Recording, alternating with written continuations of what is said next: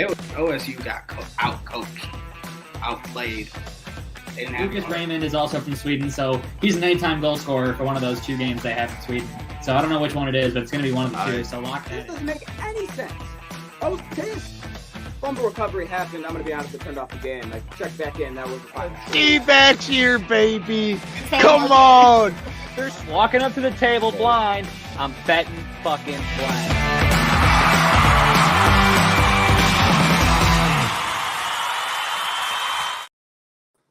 Welcome back to another episode of Sharps Sports Network. The boys are back on another Saturday morning to hit you with all the playoffs that are coming at you full speed. Some college football, yes, some college football sprinkled in between, as well as some MLB. And we got all 4 of the boys to do so. All 3 of the boys in their regular locations. One of the boys a little bit further up north, but all 4 still here. We got McDilly, we got the Wander, we got Snoop Luke, and we got Tycho. And we're just going to cut the bullshit because we're kicking things right off. Yes, right off. I don't like the hand motion you did for that.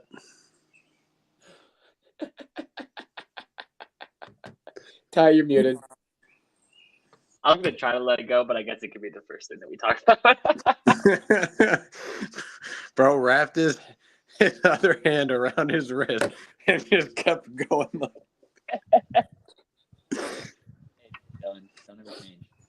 Anyways, won't. we had some eliminations last night. If you follow me on the Sharps app, you also were on the right side of both of these games because you put your money where your mouth is on your bracket and just kind of knew what was going to happen to last night. Last night felt like a good night for some teams to get eliminated, start the weekend off right, just felt right.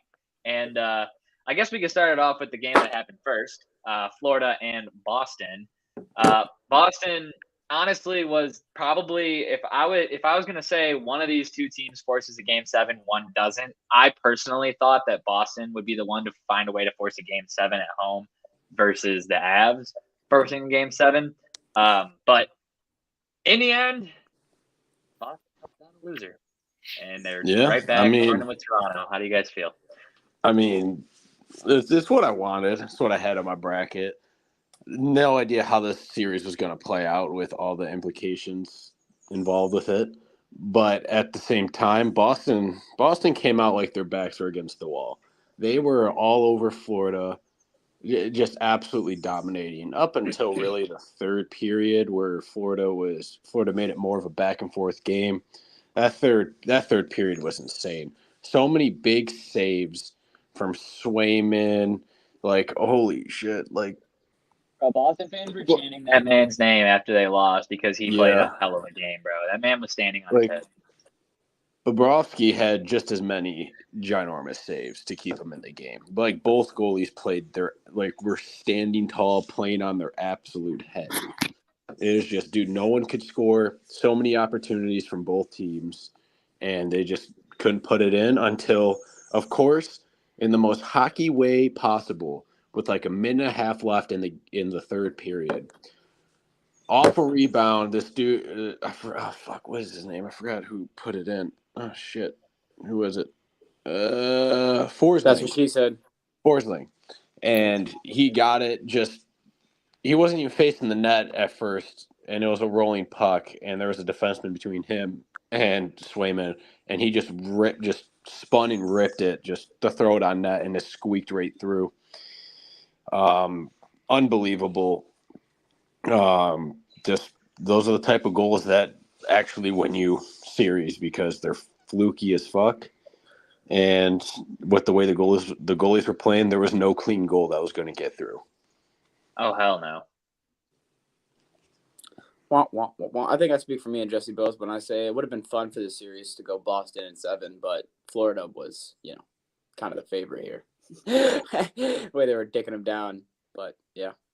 Shout out to Boston for making this go 6. I thought Florida was on top of them. I know you're going to say that they weren't. It was back and forth. But they were in the 3rd period, but it was more back and forth in the 3rd. The first 2, Boston. I'm talking really more from my standpoint of a series. I feel like Florida just had their number. Oh, they were. I mean, the series-wise, yes. That game, no. All Like, right. honestly, I thought we were going to see a Game 7 the way how Boston was all over Florida. But the blob said, The Bobo. not today. And we'll throw it over to another goalie who is quite literally moving his team through playoffs, almost Otter. sometimes by himself. The Otter. Dallas eliminates Colorado last night in another close game. Thoughts on this one? This was an insane game. They need to keep winning. But Yeah. It was an insane game. It was almost a mimic of the first of the Boston and Florida, where Colorado was absolutely all over Dallas. Like Dallas, it was hard for them to get anything going. And Ottinger was just standing on his head, making big save after big save after big save. And they get a goal. I think it was early in the second. And then Dallas answered the bell later in the game to tie it back up. The third period, I mean, this literally mimicked it because third period was so back and forth between the two. Both teams had opportunities after opportunities after opportunities. It was a fast pace back and forth. Georgiev and Ottinger were standing on their heads for their team. And then, except this game actually went into overtime because there was no little fluke squeaker that slipped Double past overtime. Yeah. Even though it shouldn't have gone double overtime, but, that's a controversial decision. In my opinion, to say it the nice way, because you can also know, throw me in that boat. I also agree with Luke. Call it what you want, but I'm not calling that. They're never consistent in their calls because Dallas scored in the first overtime, but it was waved off due to goalie interference. I mean, I don't know what more you want the Duchesne to do because Duchesne was in front of the goalie screening. And then he was outside of the crease, but Georgiev was in his, right on his back, but outside of the crease. So it's not like he was going in the crease to interfere with them. He was standing his ground outside of the crease. Then Makar hit him into Georgiev, and then that's when Dallas put it in the net, which Dallas huddled up and talked about running that play off the faceoff, and it worked perfectly except for the fact that the inconsistency from the NHL on calls, because if that is goaltender interference, then Sam Bennett's goal for Florida when he threw the defender into Swayman and then scored, that is 1,000 times more goaltender interference than that ever was. Exactly. It makes no sense. The only consistency we've seen so far is only in that series because they both times did not call goaltender interference. And then you flash over to this series, different refs, different mindset. Yeah, we're calling that goaltender interference. That's crazy. The only thing I've seen or heard that was a reasonable explanation for it was because they called it no goal and they didn't think there was enough evidence to overturn it. That's the only thing. That's fair. And that's the difference between the two in the Florida Boston series that were called no goaltender interference. They're both called goals originally, but that one was called immediately no goal, and then it ended up. But still, that should have been overturned, in my opinion. But Dallas in second overtime, puck doesn't lie, and coincidentally, the one who caused the goaltender interference, Duchesne, gets the game winner to seal the deal and win the series. That is poetic justice at its finest. Yeah, hockey gods exist. So if you're not aware, just yeah. Yeah, and then nothing. Luke, hold on. Let him say something. Anything on this series. Jesse? You're muted. You're muted. When I was watching the overtimes, it went into double overtime because neither team could get anything done, but Dallas was all over. Brain fart. Colorado. Thank you. Dallas was all over Colorado. in the first overtime and the second overtime, and they could just not get it done. But, they come out on top. I always had the Bruins losing. I always had Colorado losing.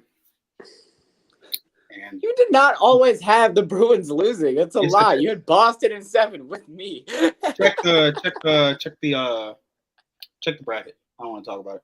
I don't care about the bracket. I care about what you said on this damn podcast. Said the I same know what thing you on. said because I felt comfortable riding with you. Yeah, no. Gonna have to pull the clip. Just jump ship behind my back, eh? I didn't even know you were swimming to the other boat. I turned around and said, "Yo, Jesse, can you grab me the?" Oh shit, he's gone. I was like, bro, what are you talking about? I didn't know you were gone. I don't know what you're talking about. Gonna need the clip. The only thing I have to say as far as last series is it's like an umpire thing. Sometimes you get good umps, sometimes you get bad umps, sometimes you get good refs, sometimes you get bad refs. That's all I gotta say. All right, now let's talk about how one man single-handedly destroyed the Carolina Hurricanes. That shit pissed me off. Carolina was playing with their backs against the wall. They're all over the Rangers, and they went up 3-1. Fuck you, Chris Kreider. Going into the third, up 3-1, 2-goal lead, and they always said a 2-goal lead is the most dangerous lead to have because exactly what happened. The Rangers, Chris Kreider makes it 3-2, and then on the power play, he ties the game up 3-3, and then not that long after, like 4 or so minutes later, he makes it 4-3 to take the lead. And then they bury an empty net goal after missing about 10 of them because it was just icing after icing after icing after icing after icing after icing. There was probably about fucking 7 to 8 ices in a matter of 30 seconds in that game. But at the end of the day, Carolina blew their chances. They let Chris Kreider fucking get a hat trick to take the lead after being up 3-1, and Carolina's now eliminated, which is fucking terrible. Yes, I agree, which is fucking terrible. Honestly, a bunch of Carolina Hurricanes fans cry and then gave a stick to a fan after the game. I got conflicting emotions about this, man. Dude, yeah. if Carolina won that game and it went to Game 7, Carolina was winning that series. I'm glad we're in agreement on that. That was the the absolute most President's Trophy curse thing we were witnessing. Going up 3-0 in the series and then getting reverse swept. It was gonna happen. So and then the utter collapse from Carolina. They took some notes out of the fucking Islanders notepad for that one. Oh, that would have been so great. It was always New York. Yeah, but I mean, they're running into a juggernaut of fucking the Florida Panthers, and yeah. Justin, you got a perfect bracket over there. You see? No. What are you talking about? I indeed had Carolina losing. We're not going to do this. We are not going to do this. I know. Listen, you can attack me on the first series. Like I said, I demand video recording. I will not admit to anything. But, yeah, no. We have Rangers. Just because, I don't know, the Rangers have looked really good this season. Carolina had the chance to bring it back. They kept the lead, and then they did what they've done the whole series. Give it right back. Yeah. Fucking. You made an enemy out of me. And then the next series, the Oilers and Canucks, they had their Game 5 the same day that the Hurricanes were eliminated.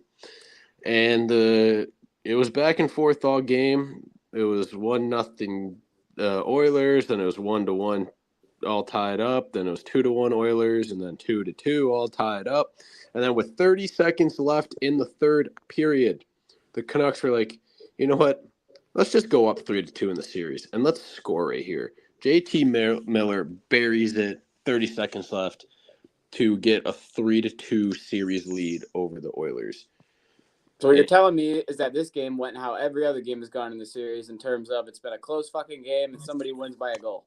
Yeah, that's playoff hockey for you. That's great. No, that's exactly. That's a great thing, yes. That's playoff hockey, especially once you start getting to games 5, 6, and 7, that's when defenses tighten up.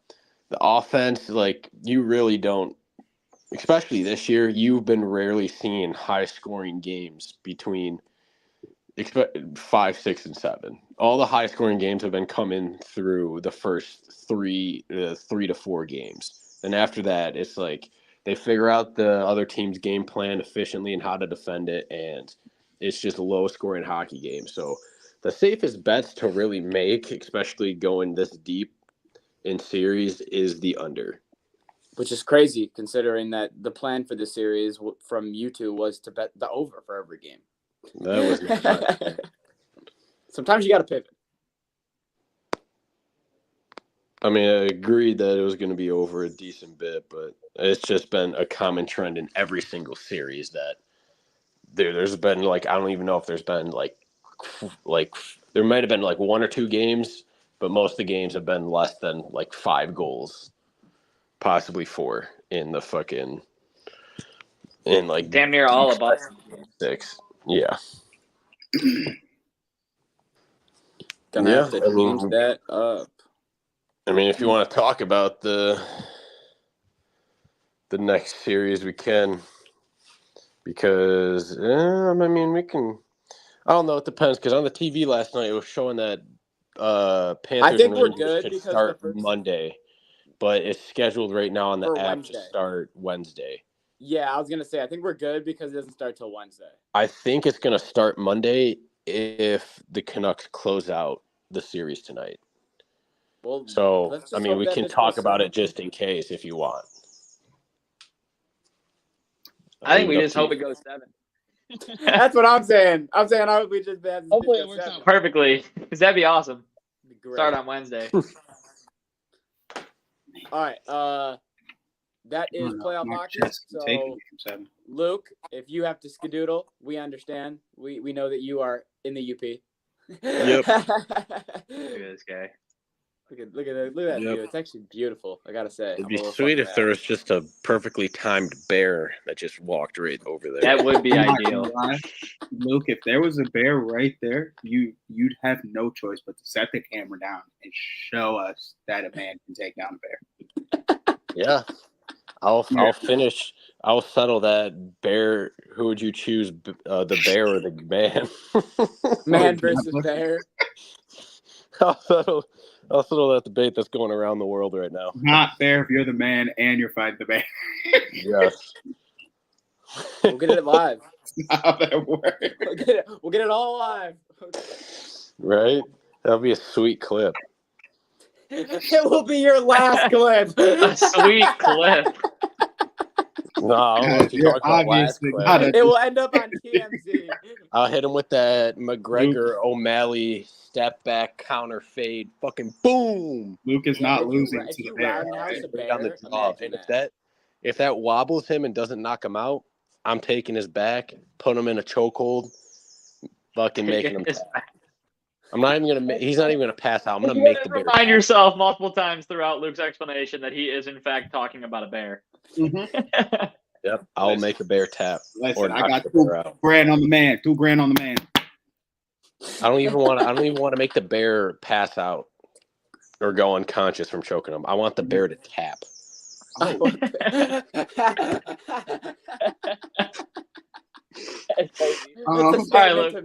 We gotta move on. 2,000 off of the man. I would like to take that bet back. All right, coming up next on Sharp Sports Network, we have some college football talk. And when I say college football talk, I'm not talking about college football talk. I'm talking about the most anticipated college football talk that we've had in a long time. Why is that, you say? Well, thank you, EA, for this wonderful, wonderful, wonderful gift.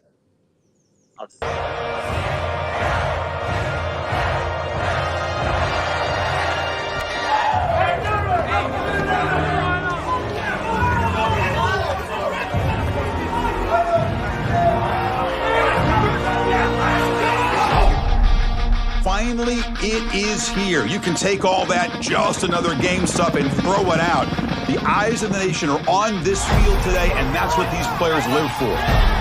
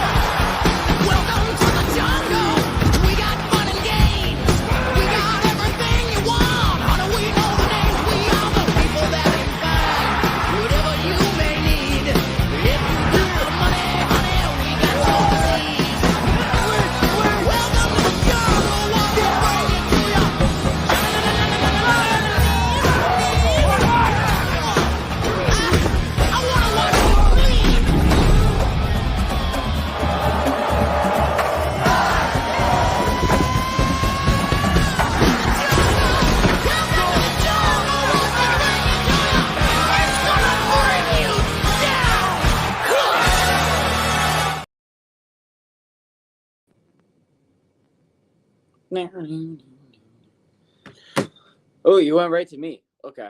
Well, then I will just set the stage as farther as the stage has already been set by revealing all that EA has revealed, and then I'll just let you guys go. So, EA has confirmed the following in the game. First off, actual names are on the jerseys. It is not just what you are used to in the NCAA 13, NCAA 14. You got to remember, people, there's NIL deals. There's money to be made here. People are going to have last names. Secondly, EA has also confirmed that the following accessories have been added to the game.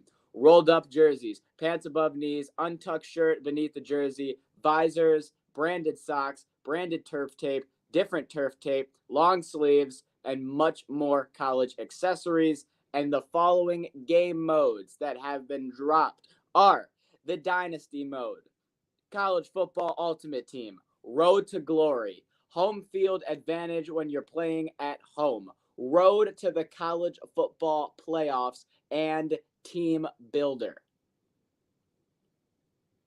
All huge things, as well as pageantry and all the traditions, all the mascots, all the things that you love when it comes to the Rock, the Gator, all the traditions in college football are supposedly added. I think the biggest one that's been talked about is Team Builder because they did not have that in NCAA 14. They only had it in NCAA 13, and they removed it the next year. Then that is essentially where you get to create your own team, your own uniforms, upload your own logo, and it's essentially like a Diamond Dynasty for your college football ultimate team.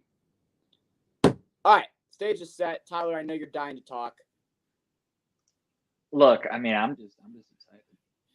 I feel like we've waited so long for them to do it right, and they've never been allowed to do it right because it got taken away from us. And then Madden was just, this is the only football game you can play, so you have to deal with it. And now there's another football game. Granted, it's made by the same people, but it looks like it's going to be 10 times better, which means they have to up the other games. But I'm just over the top about how much it looks like they've put into this and how long they've had to do this. And the fact that NIL and everything is a thing now is awesome because we get things like this back. And I'm hyped. I'm here for it. It's just there's two things I want to talk about. The first thing is I will not be fooled by EA acting like they dropped a trailer for gameplay. I don't know if that's what your game looks like yet because you just used a cinematic video, no gameplay. So I hope it looks just as beautiful or really close, but I need it above Madden. You can't come to me looking like Madden. I don't want to see Madden. I want to see the game and be like, this is college ball, not this is Madden with fucking college skins. That's not what I want to feel like. I know it's made by EA, but I want to feel like I'm playing NCAA and it's different than Madden. Two, does EA and NCAA have beef with Ohio State? Because, like, the only time Ohio State was shown during the entire thing was getting worked by Donovan Edwards and Kyle McCord in New Jersey. Every I other mean, game I felt like I that. don't think. I mean, I feel like it's necessarily- been bad to be an Ohio State fan for the last like 4 or 5 years. I don't think it's shade. I think the problem is that their This is main superstars. They had 2 superstars that would have been focal points in this trailer, and they got drafted in the last 2 years. So like, if Marvin Harrison had 1 more year, that motherfucker would be the cover athlete. We Swear to saw God. Boise State. He'd be the cover athlete. I mean, Michigan State. All we saw was Sparty do one-handed push-ups. But he's our best player. Yeah. That's also true. We saw as far as gameplay, we did see Army run their what do you call it? Their special formation where they run the trick play. We saw that in the trailer. Yep. Uh, I also saw Longhorn from Texas. yeah, we also saw Bevo. Shout out to him. There was and then as far as the last thing I want to touch on was the official cover. We talked about who's going to be on the cover. Well, there's 3 people. So I was actually technically right with mine. Luke was right with his. And then, Tyler, didn't you say Quinn Ewers? Didn't you say I Arch can't Manning or remember. Quinn Ewers? I swear you said those 2 should be on it. I said they were going to put Quinn Ewers on the cover and just so that Arch Manning could take his job week 4. Okay, well, yeah. So then I guess But yeah. So me, you, and Luke were all right because they put Quinn Ewers, Donovan Edwards, and Travis Hunter as the cover for College Football 25. Travis Hunter is the middleman, which I feel like is important. Because out of the 3, he's the best. I'm not going to lie. I need to know if this is just me. Am I the only one who feels like Donovan Edwards should not be in this picture? That's just me. I think you're tripping. I think he does deserve to be. He does? I think he does. Okay. They're giving him the They were national like, shit, championship. we need somebody from the Natty, but Blake Corum and JJ are in the NFL. So I guess Donovan, you're next. All right, I got to say I totally agree with Dylan. Thank you. I'm like, there's no way. Whoa. Nah, I got it. Luke's not here. He was not their first Michigan choice. You Hell know no. that, Jesse. You Whoa. know that in your Whoa, fucking whoa, heart whoa, that he whoa, was not the Michigan choice they wanted. He was the Michigan choice. Remember. He was the Michigan choice that they wanted because they knew what's it called. They may have not known when they started making the game, of course, that JJ McCarthy would end up heading out, going to a team. Blake Corum heading out, going to a team. But like, they knew they were already going to be gone, and then they're like, Donovan Edwards did have some quality runs in the NCAA championship, so they won. He had a pretty good game. Let's give it to him. I mean, I feel like he played a really good national championship game. Am I tripping? Is this recency bias? I mean, it's recency bias because but I he also didn't play all remember when the year ended. I also remember when the year ended. I believe we were going into week 11, and he did not have a touchdown on the season yet. Correct. So last year he finished with one regular season rushing touchdown, and he's a cover athlete. But did he have 2 national championships? I don't give a shit what he has. I'm telling you what he did. I mean, like, why didn't they on put the an field offensive was lineman on not the good cover enough for to Michigan get if him it's a all cover about the spot? ring? No. When the Chiefs won the Super Bowl last year, I didn't see fucking Harrison Butker on the cover. He just won he won 3 Super Bowls, Jesse. Because He didn't get a cover. Why would he be on the cover? He got 3 Super Bowls. Why would He's been all pro 3 times in his career. He's a fucking kicker. Let's not play stupid here. But Donovan Edwards had 1 touchdown all year. So if you want to look at who did more for their team, Butker did more than Edwards for the regular season. For just the regular season. You're if you really feel like you're putting I see what you're doing, Dylan, but you can't do it with a kicker. No, I'm doing it because I'm trying to Tyler, think of the first person who won the Super No, Bowl. Dylan, you're not going to sit here and act like a fool. I'm not going to look at you and have a conversation with you acting like you don't know what you're saying. What about He's Kadarius Harrison Toney? Butker. You could use Kadarius Toney. Kadarius Toney literally had 1 touchdown on the regular season. Same as Donovan Edwards. He just won a Super Bowl. Should he be a cover star athlete? No. Just because Donovan Edwards won a national championship, that isn't enough for his sole performance, I believe, to land him a cover athlete. That's just an opinion. Who from Michigan were they going to use? They had to use nobody. From the they don't. No, they don't. They didn't. Yes, they do. That's how they didn't have to do anything. Nobody said, Dylan, "Hey, Michigan has to be on the athlete because they won it. I do have to back Dylan's point up on that because when the last game that they released was 2014, Denard Robinson was on the cover. They didn't win the Natty in 2014, but Denard Robinson was on the cover. But that was a different time.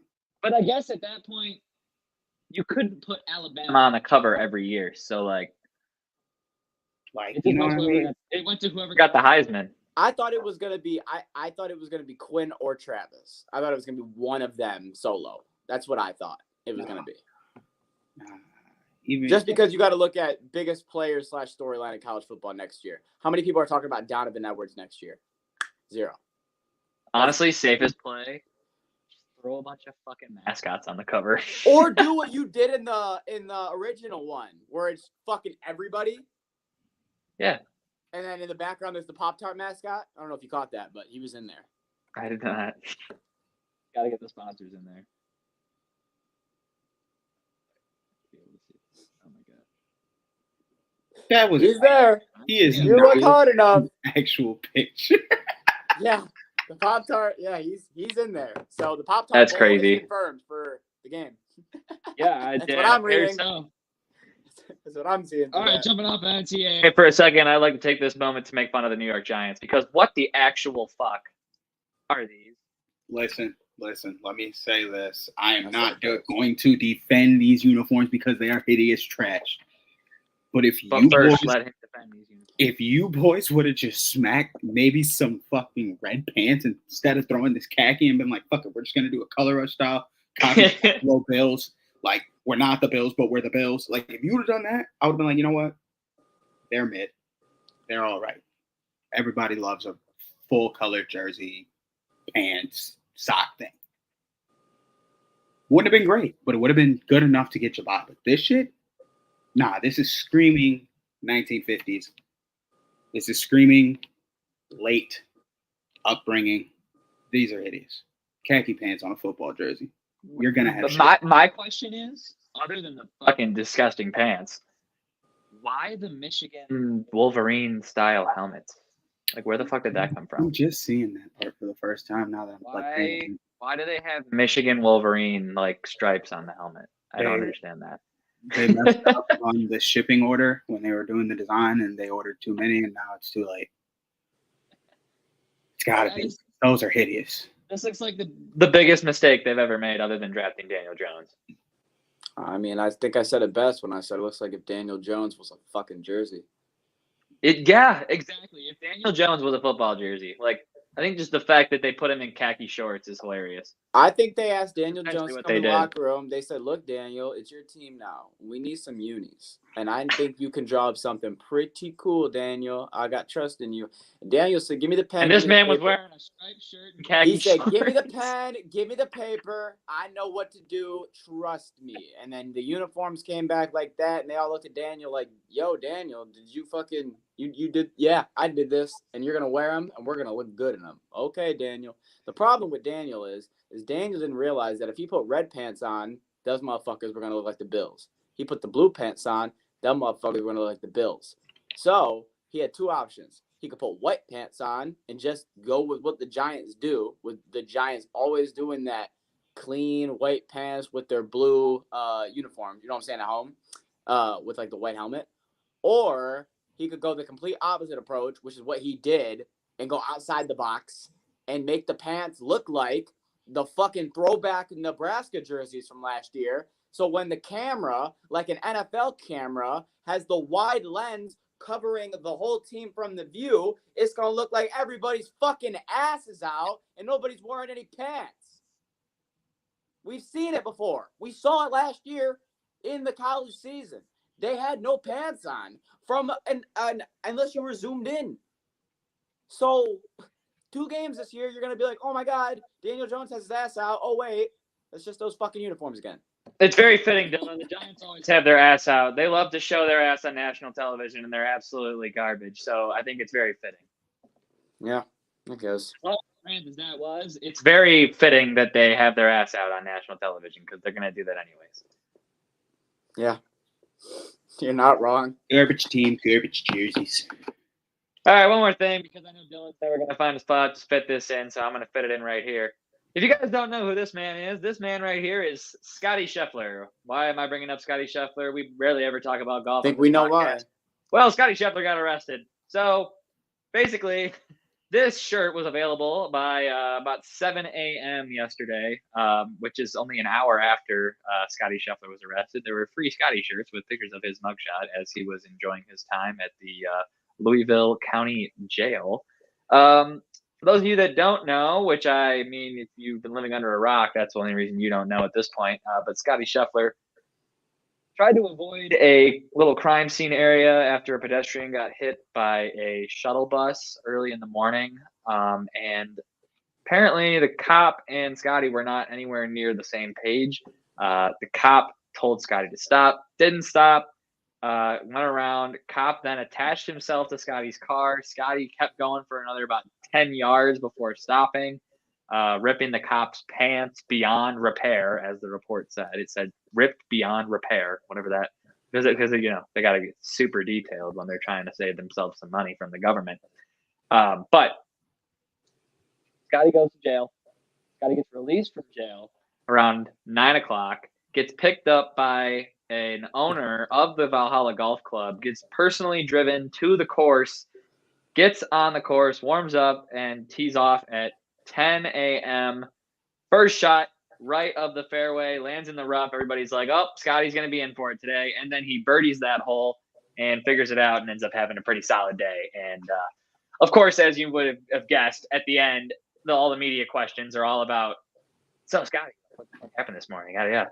And apparently, you know, as most famous people would assume, or most of us would assume famous people get, is a little bit of special treatment. And once everybody realized Scotty Scheffler was in the jail, they had to get him the hell out of there because he had to go golf, number one golfer in the world. And yeah, so Scotty might have gotten a little bit of nice treatment because, you know, if I did what Scotty did and tried to get in and yada, yada, yada, and I'm just a normal golfer, I'm probably still sitting in that jail cell when my tee time goes off and they don't give a fuck about me, but I'm not the world number one golfer. But let's not act like Scotty Scheffler like the world's number one golfer. He looks like everyone's favorite uncle. That's just what he looks like. But what do you guys think about this whole situation? What were your thoughts on it? I think that's funny, and I want camera footage of his pants getting ripped beyond repair. I want to see how it looked when he was dragging him, not dragging. I need that body cam footage from the cop. That too. Hey, my pants! Dylan? Yeah, I think you said it best. I don't really have a whole lot on this, strictly just because I don't follow golf. But I do follow Twitter, and I'll tell you right now, a lot of people yesterday were talking about this shit. A lot of people were defending Scotty. So glad to see that, you know, people got this guy's back. Like you said, I think they look at him as like he's our golfer, he's our uncle type of guy. And yeah, look at him. Yeah, they Yes. feel like they need to defend this Scotty. Like so. everyone, like someone's uncle. Yeah, it's like when the Tiger shit happened, and I saw everybody defending Tiger before I even knew what happened, and it was like, oh, these guys, when they got their number one golfers, when I'm talking about the fan base, they ride or die, man. They ride or die for them. So, shout out to the PGA community. And like, by the way, if your uncle does not, you don't have an uncle that looks like this, you might have an uncle that looks like this. Yeah, that's true. Shout out to all the That's uncles. a great photo, by the way. That's a fucking great mugshot. That's such an I know I'm not ready for it. That's such an I know I didn't do anything wrong and I'll be out of here in a minute, so take this picture and go fuck yourself. Nah, that's what he's screaming. Can't wait for my lawyer to get here. Like you know you're not staying in that cell longer than an hour and a half. Like that's what that face says. It's like take it and I'll be out. You're like, man, fuck you. Time's getting real close. Wonder if all I right. make it. Moving into the other playoff of the two, we have some NBA playoff action to get to. So The NBA did their fucking job. 2 yes, Game 7s. I was so happy. We have 2 Game 7s on Sunday. We couldn't get the third, but maybe we will. We'll find out today, because that's where we're going to start. Dallas Mavericks, Oklahoma City Thunder. Game number 6 is tonight. 8 o'clock on the dot. So get a crock pot. Now, we have the OKC coming off of a 12-point loss to the Mavericks. It wasn't necessarily the duo of Luka and Kyrie, but it was more so Luka running the court and everyone else contributing. PJ dropping 10-10, Derek Jones dropping 19, Kyrie dropping 12, and Derek Lively dropping a double-double as well. So, Mavericks were able to get the job done. They're now up 3-2. Jesse, I think you already know what my question is going to be. Does the series end tonight? Yeah, OKC got their Dallas coach has figured out what exactly OKC wants to do and exactly how to stop it, it seems. Because each game since like game 2, the game plan has just seemed suffocated for OKC. So I see Dallas winning it at home, Kyrie keeping his elimination game streak going.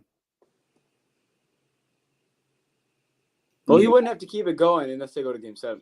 Yeah, that is true. So I think there's a higher chance if they go to 7 for Dallas to still get the job done when it comes to the series overall, 6 or 7. But yeah, I agree. I think that it's been a case of OKC has a really good, I don't want to say starting point because they're not starting. They're in it. You know what I mean? Like they're in this shit. This is not a rebuild. They have a fucking squad. But I feel like this is already like exceeded expectations by like 10 times as far as how their season went. The fact that they're currently in round 2 and doing what they're doing against Dallas right now and making this as good of a series as it is. It's not to say, obviously, if you don't win it all, like you should still be upset, but they've already exceeded such expectations, and the fact that they have the amount of draft picks they have, they'll be able to lose to Dallas and have full momentum to build for next year, in my opinion, which is hard to do in the NBA. Yeah, they do have themselves in a good position, but I'm looking for a Minnesota win because I still don't believe either of these teams are capable of beating the Nuggets yet. No, and I don't know if they're capable of beating Minnesota either. If Minnesota plays how they do, like their best ball against Denver, against Dallas or OKC. But yeah, going into that series, we can talk about it. We got 2 game 7s taking place on Sunday, like I mentioned before. One of the game 7s that has not been announced the official time is the Denver Nuggets and the Minnesota Timberwolves. There was a chance for things to end on Thursday night, but Minnesota came out and said, nah, won by 45 points, and those boys spazzed out. So we now have a game 7. And not only that, I believe that was the largest, let me just fact check. Yes, it was. It was the largest postseason loss in the Jokic era. So. Not in history? Who got their ass beat by 50? They won by 55 points. It feels like it would be history, right? Who got their ass bust by 60 plus? Why is that not history? Fuck yeah. Heard that. That'll get checked later. No. 55 points on the dot. That's insane. I didn't even, like I told you, my dad was telling me to count my money, get it ready to give him. I'm sitting here like, nah, we're going back to Denver. Yes, sir. I ain't even talked to him. What I need to tell you, your team got their ass beat. You watched it on live television. I don't need to tell you what happened this time. You saw it. You were sad. So what? Game 7, stage is set. We're in Denver. Wolves. We need a new champion. I know the Nuggets just won last year, but I want new champion.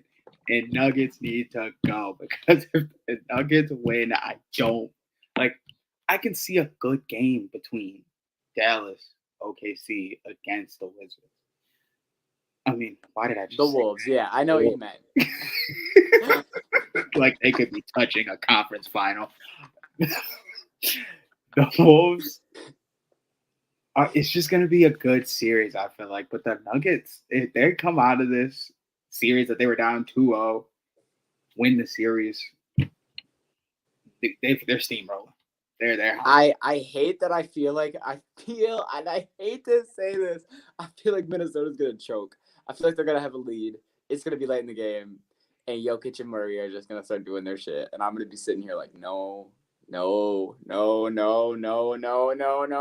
got a said it bad once, feeling. I'll say it again. I got a Rudy bad feeling. Gobert should be 6-man this series. He's playing too damn soft. None of that. You see what Draymond said on TNT? No. So they had Ernie. Ernie's the ball one, right? The ball white guy or the ball black guy? Ball white guy. Yeah, Ernie. So I had Ernie's son on the TNT crew, like to just, give his like perspectives and stuff. And he was like, "Yay, I'm gonna be honest. I just feel like, the guy who's guarding," this was his son. He goes, "I just feel like the guy who's guarding Jokic right now, I feel like people could be doing a better job." And Draymond's like, "I'll tell you who can do a better job. Me. I've done a better job against him. I've done it. This film. You can look at it. That's how you guard Jokic." He's like, he was like, whoa. Draymond, you just gave Rudy Gobert credit. And he was like, "I take it all back. He's back to playing soft." Yes, he is. He's like, he took it all back. He's like, nah, he's back to being a little bitch on the court. he gotta tell the sweetheart, listen. Until the finals, until we get knocked out of the playoffs, we need you to be primary caretaker. I apologize, but I'm playing for a contract. Like, I'm playing for the bag, so I'm gonna need the next month for you to fly solo. I'm sorry. Yeah, I agree. She's got to be primary caretaker. Bro's got to focus on the career right now. We got to get a ring.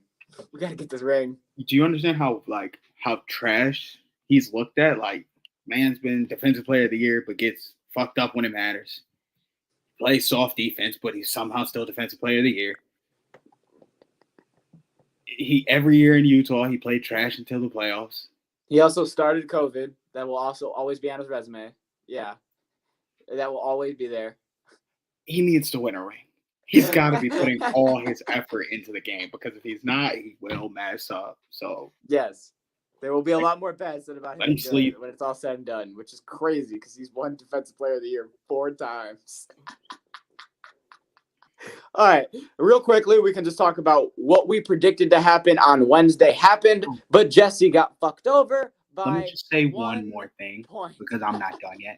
Okay. There's no reason Rudy Gobert and Ben Wallace should have the same amount of Defensive Player of the Year. It shouldn't be a thing. I don't know why it's a thing. Gobert has not been the best defensive player. He's just been the tallest, and that's it. He gets half of his stats by. When you say that, Jesse, does it not, I'm somebody that when it comes to the old heads being like, "Oh, the basketball is so much softer nowadays," I don't normally partake in that argument, but I feel like that's a good argument that you can make here. Look at Ben Wallace. Look at the way he played. Look at Rudy Gobert. Look at the way he plays. They're both 4-time Defensive Players of the Year. You're going to tell me that the game hasn't changed? Fuck you. It has definitely changed 100%, and it's gotten less physical. And this is a great example. Bullshit. This is a great example in that. But like I said, Jesse needed one more basket to be made, and Boston said, nah, go fuck yourself. They won by 15 points. Jesse needed them to win by 16.5 points. But nope, Boston, not even a half. Yes, so just 1 point, just one basket, just one free throw. But no one could help Jesse out, and Boston would win the game, but Jesse would not win his money. We were right. The people who we said weren't going to play didn't play, and that's why the NBA you felt as comfortable as you did. I mean, it was Darius Garland and Evan Mobley versus the whole team, and Darius Garland shot 4 for 17. Yeah. Should have shot 3 for 17. At least you could have been useful in me winning money. Trade Donovan Mitchell. Keep Darius Garland, because if you don't trade Donovan Mitchell, Darius Garland's leaving.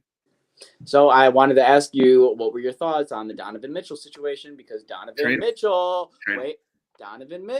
just came out on Twitter, on Instagram, and blasted people for saying, stop with the trade rumors. I'm not fucking going anywhere. I know you guys love to talk, but I'm happy where I am. And people were saying that there was friction with his teammates. I'm sending that nigga to LA. And he cleared that up and was like, nah, we're all good. Everything's good. Like, don't worry about it. I'm sending him to LA.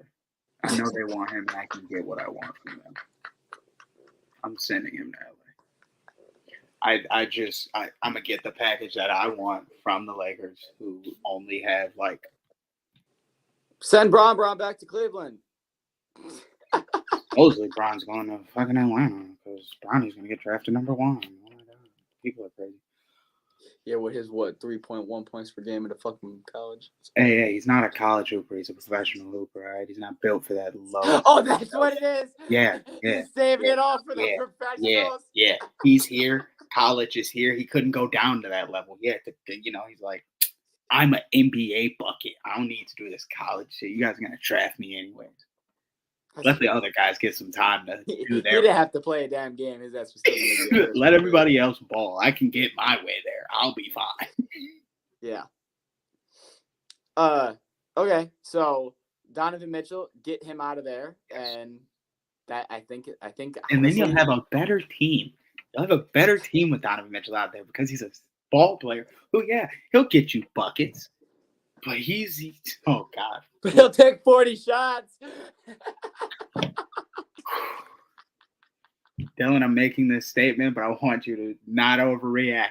Just leave it where. All right, I got you. Donovan Mitchell, he can get you the buckets, but like, he's not Jalen Brunson get you buckets where he can actually do a little. God, I love this. Get buckets. I love this. You are such a Brunson hater. Listen. Yes. Feed this into me. I love this. He does not deserve a 94 overall in 2K. But they're like this. Jalen Brunson just does a little bit more for the squad. Donovan Yes, he Mitchell, does. You make it worse. Yes, he does. Jalen Brunson can actually take over a game. He can. He can actually take over a game when like how Luka or like how somebody when they're in their bag can just run the floor for the next 2 minutes. He can.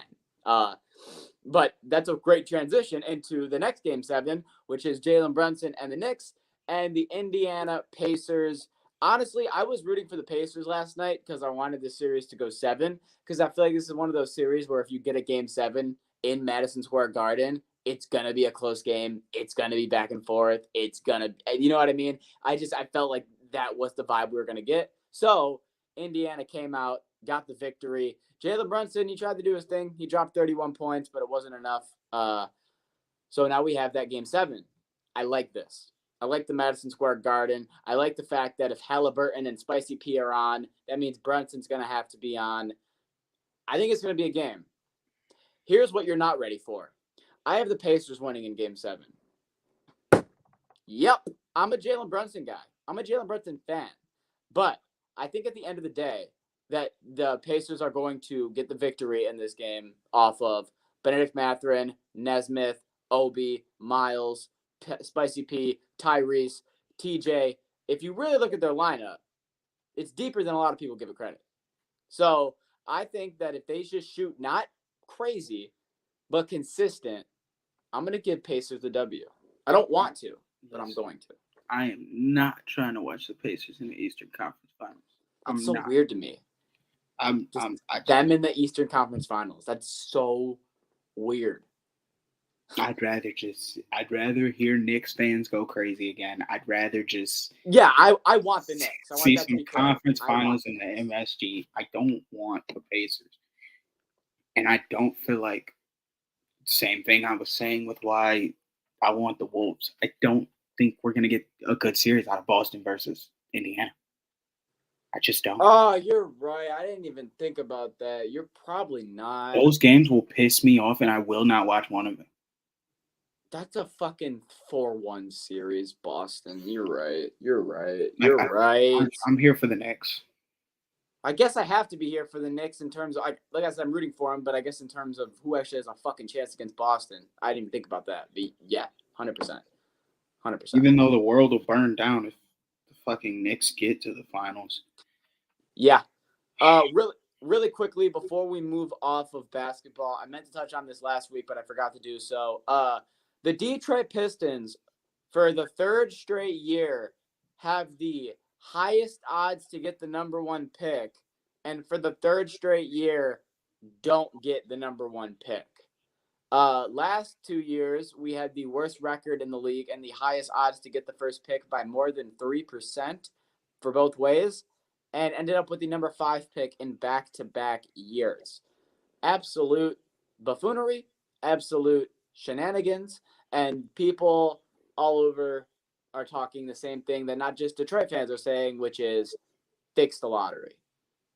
Yeah, I understand why you can't do it exactly how football does it, because you might get a tanking issue to a degree you don't want to deal with, or like a basketball team is a lot different. You can change a basketball team with just one player. Like, to be honest, you may not be a ring contender, but you're gonna change the team with one person. So like, I get why it's not exactly like football, but something's gotta change. There's no reason a team that just was about to play in the playoffs, if they won 2 more games, should be getting the number 1 pick. That's just not. Yeah, it's complete bullshit is what it is, in my opinion. This is not a Detroit guy. That's just from a sports standpoint. I just feel like if you're the worst team one year and you don't get the first pick, damn, you can say you got hoed. But back-to-back years getting the 5 with the worst record, I mean, what are we doing? Top 3 picks? Not I mean, the top 3 worst teams should have 32. Atlanta was 2 games away from making the play-in. They have the number 1 pick. Yeah, exactly. I know, right? Like what the fuck? I think the top 3 teams have to have more balls in the jar. We can't have 15%. It has to be like 30. Yes, I agree. Or like, can we double it? 20. It has to be like 20, like 25, 15, 10. Rest of the league gets averaged out. No, I'd say, yeah, you have to double it because it won't work. It will continue being what it's being. All right. Tyler, can you come in here really quick? I need your reaction to this because I know you're a big Caitlin Clark guy. Caitlin Clark bobblehead night has been released. That is not. That's a man. No, I'll tell you who it is. That's Dylan. Mike Bibby. Look at Mike Bibby. Are you telling me that who is that supposed to be? Mike Bibby. Look it. Dylan. Who is it supposed to be? Is it Bibby? I swear to God, this is the bobblehead they're giving out that's supposed to be Caitlin Clark. Oh, it is. There's no way that was their intentions. And everyone's memeing. That's crazy. Trolling it. Everyone's talking about how it looks nothing like Caitlin Clark. That has to be supposed to be a different person. So there's no chance. That's about nothing like Caitlin Clark. That's not Caitlin Clark. You can't give those to people. Yeah, that's what you're going to be taking home. Going, look, Mom. You're taking home an Indiana Fever's man, which makes no sense. Absolute zero. What? There's no man that plays in the roster. Who is that? That is a criminal. Look, but it says Caitlin Clark on it. It's Caitlin. That is a man. You can't just put Caitlin Clark's name on it and say that it has to look like her because the name is there. It looks nothing like her. Oh, that's so wild. Okay. And that is NBA. Bada bing, bada boom. So we're already at 58 minutes, so I'm going to try to do this MLB real quick. Paul.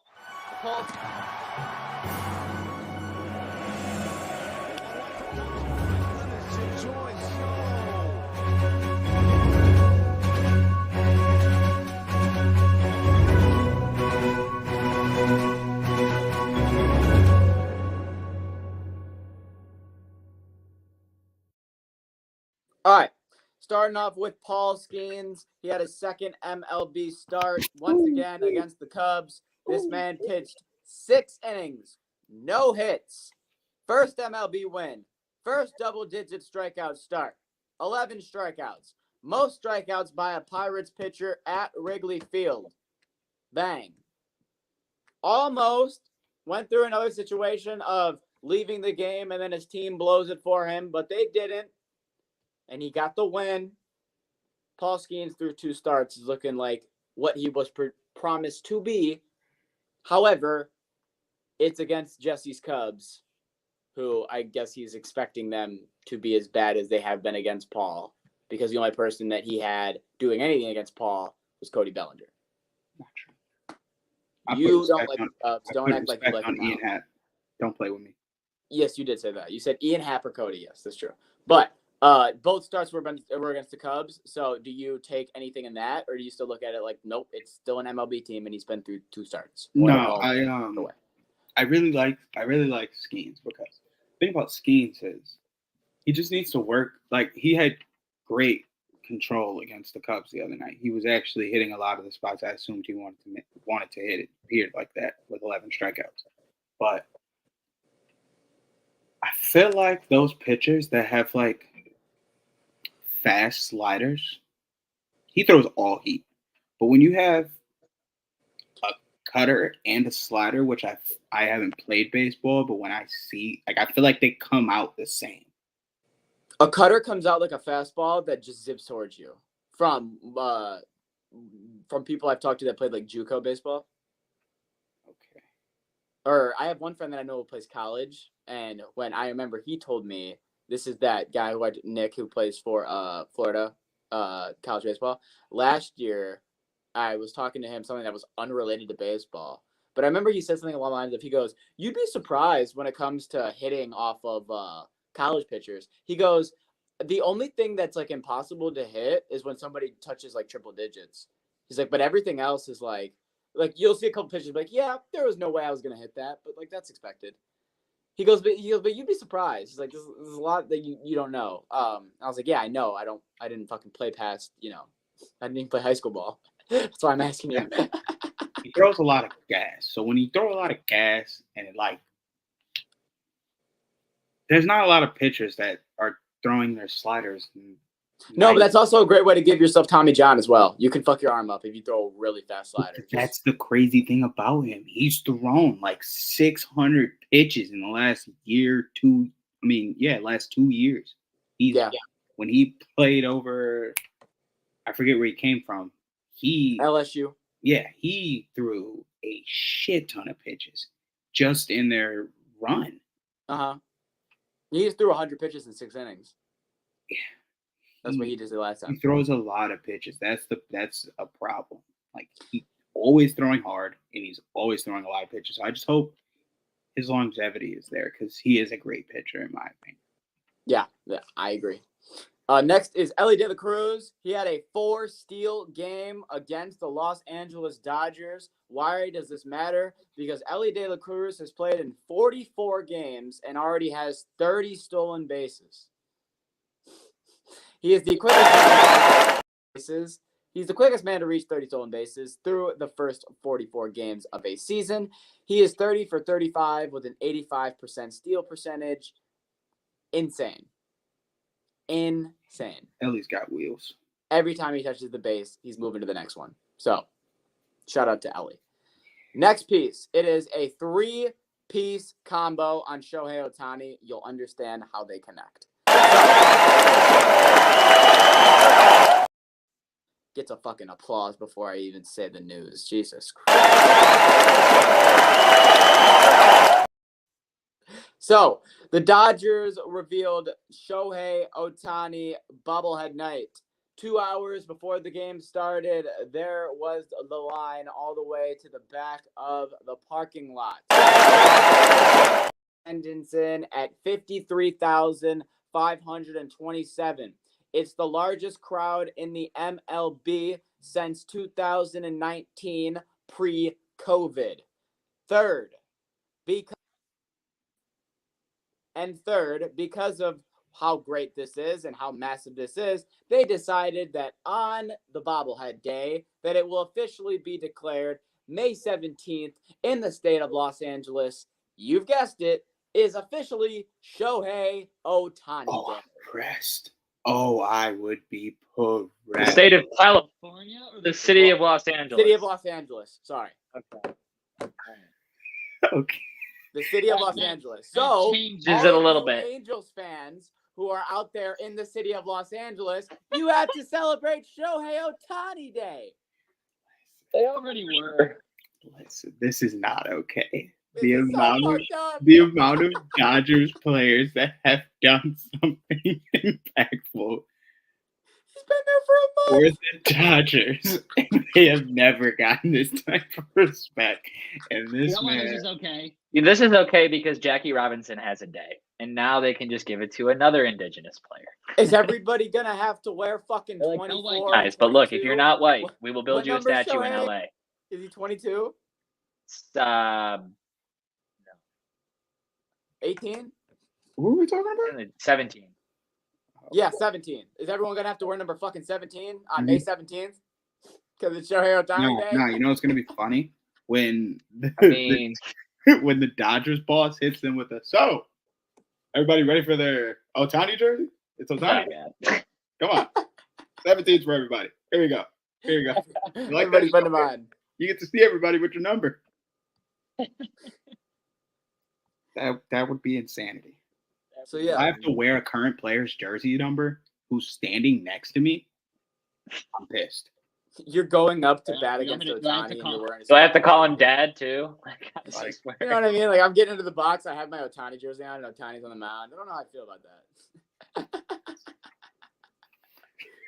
Oh. Shohei's doing a lot for the city of fucking. Yeah, I mean, fuck yeah. He's already broken attendance records. So Would never got here without you, Shohei. Thank you for our No. appreciation and our love for you. We'd like to make May 17th your day. It's all you, buddy. All you. your interpreter's gone, but your day is all yours. Yeah, they gave him a day because they have all the money that they owe him sitting in a nice little account that is just appreciating. And they're like, no, let's get back to this guy. He's making us money. I hate that you're right. Final thing for the MLB, and it is a little bit of sad news. Jung Ho Lee, the top MLB free agent from Korea, over to the Giants, is officially out for the year. He is having labrum surgery, so this little Giants run that they've been on could be halted by the absence of Jung Ho Lee. Jung Ho Lee be hitting that thing. Yeah, so I'm fucking clipping that.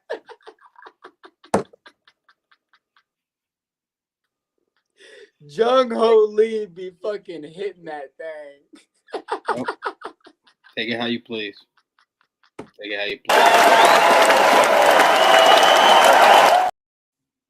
We wrap up right there. That's where we wrap up. Nah. Let me do some shit talking real quick. I got to shit talk one man and one man only. Okay. In the last 7 days, Uh-oh. 6 hits, 22 at bats. Do you know what percentage that is? I'll tell you. It's a 272. Not bad. Not bad. But for the 2-time batting champion, that's pretty bad. Oh. I'd say that's some San Diego shit right there. Completing this man. Are you talking about Luis Ariz? Oh, yeah. Oh, yeah. Look at that Padre poison. Getting in his lungs, getting in his body, and he can't swing the same recently. I didn't get what you. I didn't know what you were doing at first. And I was like, wait a minute. Listen, it's only 7 games, but I'm going to preach. I'm going to fucking preach. You're gonna fucking check in every week. Yup. And just Every week. see where he's Watch at. the downfall of a batting champion because of where he went. Ain't got no help with the Padres. Ain't got no confidence. In Miami, it was all him. He's like, man, I gotta do this. I ain't got no choice. Now you're getting lazy. Okay. Sorry, Luis. Jesse's going to be on your neck until you're over 300. Get that shit back together. I don't care about this season. I want since you got to the Padres. All right. Thank you guys for watching the podcast. We appreciate you guys watching. If you want to check us out over on the socials, please do so at Sharps Network over on X, on Instagram, on YouTube, and on Twitch. And if you want to check us out over next Wednesday, that will be the next time we should be live. Wednesday, 6 o'clock. And if you follow us and you subscribe and you turn on the notifications, then you can join us. It's a very easy thing to do. Also, download the Sharps App Store. Sharps betting app on the App Store. Use promo code PICO011 when you sign up. There's nothing else to say except have a great fucking day. I'm McDilly. I'll see you next week. Have a good one. Peace!